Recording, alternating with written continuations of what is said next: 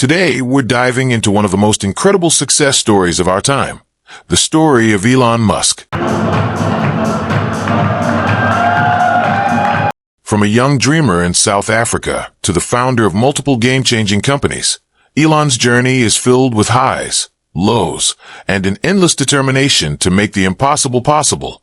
So, if you're looking for motivation to chase your dreams, you're in the right place. Ladies and gentlemen, please welcome to the stage, Mr. Elon Musk. Let's get started.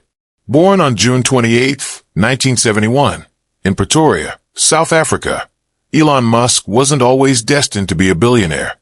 In fact, his childhood was pretty far from the glamorous life we know today. Yes! As a kid, Elon was a bit of a loner. He spent a lot of his time reading and developing his interests in technology, computers, and space.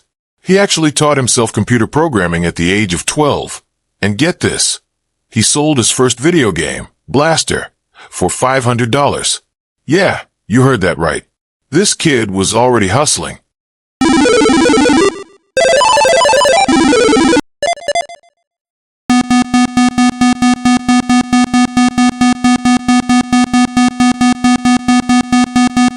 Elon earned degrees in both physics and economics, but his ambition was bigger than any degree. Instead of getting an apartment, we just rented a small office and we slept on the couch. And we showered at the YMCA, and we're so hot up we had just one computer. So the website was up during the day, and I was coding at night, 7 days a week, all the time. If you do simple math, say like, okay, if somebody else is working 50 hours and you're working 100, you'll get twice as much done in the course of a year as the other company. And now is the time to take risk. I would encourage you to take risks now. Do something bold. You won't regret it. Thank you. In the mid-90s, Elon jumped into the world of entrepreneurship. In 1995, he dropped out of a PhD program at Stanford University after just 2 days, deciding that the tech world needed his attention more than the classroom. It was a risky move, but Elon wasn't about to play it safe. He co-founded his first company, Zip2, which provided online city guides for newspapers. The summer of '95, I had no money whatsoever. I was doing research in Silicon Valley on a completely different subject, trying to start this company at the same time. When it came time to decide, do I want to do graduate studies or do I want to start this company, and I decided to start the company, I had no money. As a graduate student, I would have received a scholarship and a stipend and so forth. In starting the company, I had nothing. After selling it for nearly $300 million, Elon didn't stop there. He went on to create X.com, an online payment system that eventually became PayPal after a merger.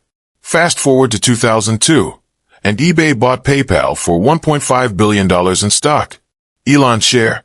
Roughly $165 million. But the real story of Elon Musk's empire begins now. Enter Tesla, SpaceX, and a whole lot of challenges. These companies would make him a household name, but not without a ton of setbacks. Let's start with Tesla. Hello everyone, this is Sebastian Blanco. I'm here for Autoblog Green. We're at the unveiling of the Tesla Roadster, which you can see right behind me. It is an all-electric vehicle, or all-electric motor-powered sport car. I think global warming is a very serious issue, and it's something that we have to address, and the only way to address that is to come up with a car that doesn't add carbon emissions to the environment, and I think the way to do that is with electric vehicles. Most people thought Elon was crazy. He wanted to revolutionize the automotive industry and build electric cars that could compete with the big names like Ford and General Motors. But when he started in 2003, electric vehicles were considered a niche and the market wasn't ready.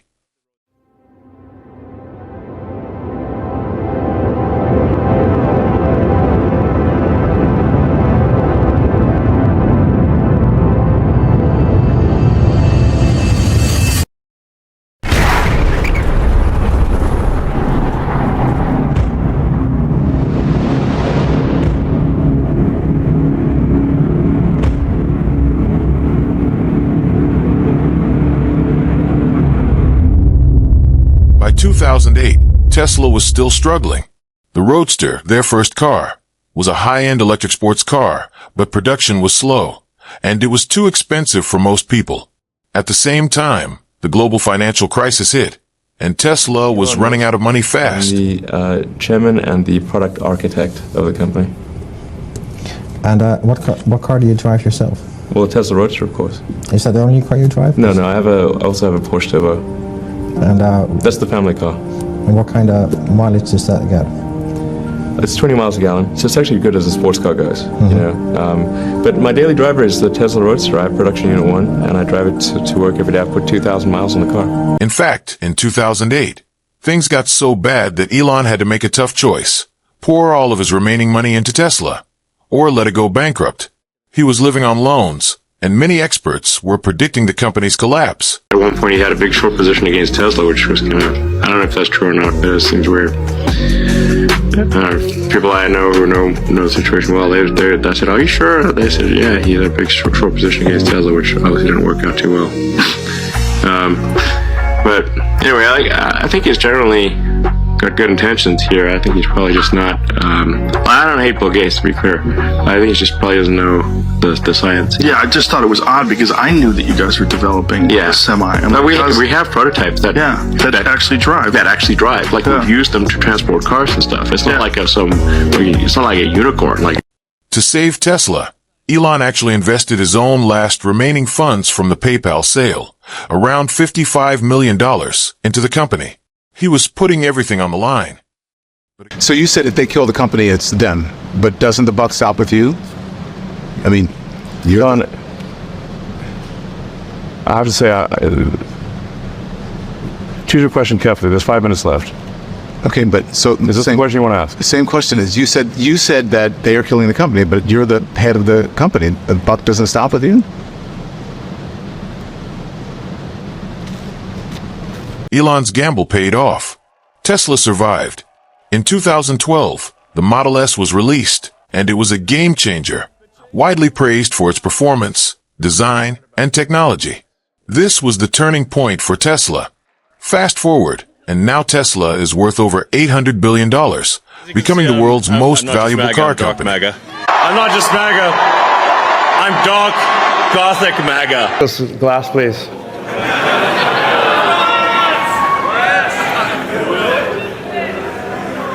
Yeah. Sure? Yeah. Oh my fucking god. Well, maybe that was a little too hard. Should we try the beer? Sorry?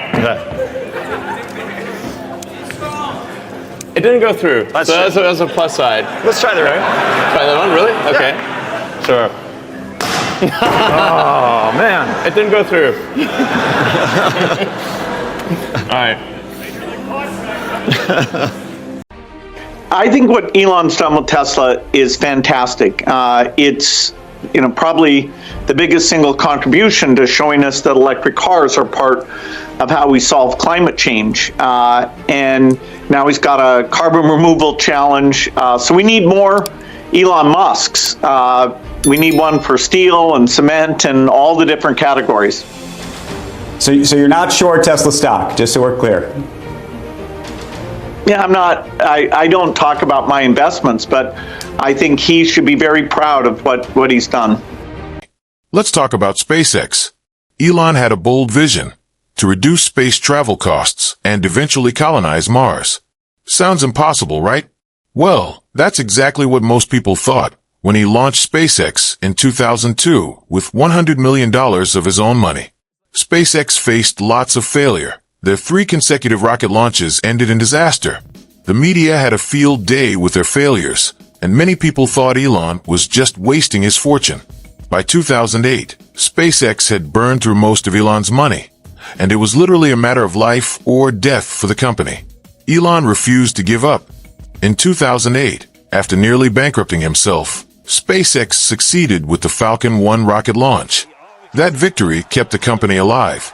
Fast forward, and today, SpaceX is the first privately funded company to send astronauts to the International Space Station. 13 of those Raptor engines, and this view is incredible right now. You can fast this vehicle is moving on the left-hand screen. Landing burn, 13 ignited. We're now down to 3 Raptor engines. We can see those chopsticks